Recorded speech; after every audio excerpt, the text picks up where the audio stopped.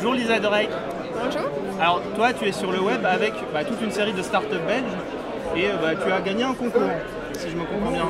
En fait non, nous avons eu la chance d'être choisis par iMinds et les autres organisations et oui, nous sommes très heureux d'être ici. C'est-à-dire que pour une fois, et c'est assez rare pour les Belges qui nous écoutent, les trois gouvernements, les trois représentations gouvernementales ont travaillé ensemble, les francophones, les néerlandophones, les germanophones, Oui. pour identifier et promouvoir des startups et les emmener ici sur le web.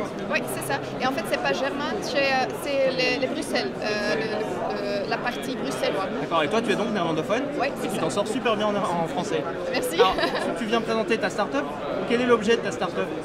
En fait, nous voulons montrer notre produit parce qu'il oui, n'y a pas beaucoup de personnes qui le connaissent. Et nous sommes très fiers parce qu'on va lancer le produit dans 2 semaines, notre B2C produit. Mais on a aussi beaucoup de B2B produits et oui, c'est logique qu'on va montrer aussi. Alors, est-ce que tu peux m'expliquer en quelques secondes de quoi il s'agit? D'accord, oui. En fait, c'est très simple.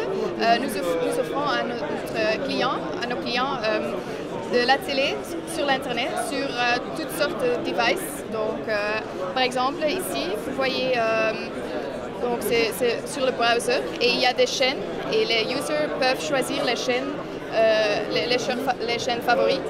Et donc, par exemple, on veut regarder le NOS Journal. Et voilà, ça va live, c'est sur l'internet, ça va directement, il n'y a pas de preloading, il n'y a pas de buffering et tout ça. Et voilà, et vous pouvez zapper comme ça. Et ça, c'est notre B2C produit.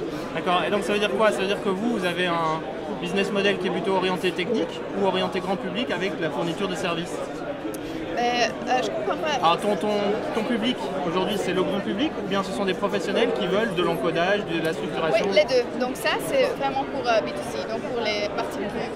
Oui, particuliers. Mais on a aussi beaucoup d'autres choses, comme le live streaming, comme on a fait un app pour Ultra Music, c'est un de nos clients, et ça, c'est très cool en fait. Et on a développé cette app et ils misent leur content dans cette app et ce sont les vidéos, par exemple, c'est très cool. Voilà. Et en fait, leurs users peuvent voir les épisodes différents. Alors, vous travaillez sur toutes les plateformes, c'est-à-dire qu'aujourd'hui je me connecte avec un téléphone, une tablette, j'arrive sur le même type de contenu. Oui. J'imagine qu'il y a des fermes d'encodage de vidéos qui doivent être dingues derrière, non? Il y a beaucoup de technologies devant, mais donc c'est possible sur chaque device. Donc, on a iPhone, mais aussi Android, les Smart TV, ça peut être connecté avec Apple TV aussi, et sur les télés normales avec un hardware box. Et donc ça c'est le truc cool, que c'est possible partout et quand tu veux et anywhere, anytime. Voilà. Et si on est intéressé, alors on se connecte sur un site qui s'appelle Weepy TV, c'est quoi? Oui, c'est ça, weepy.tv.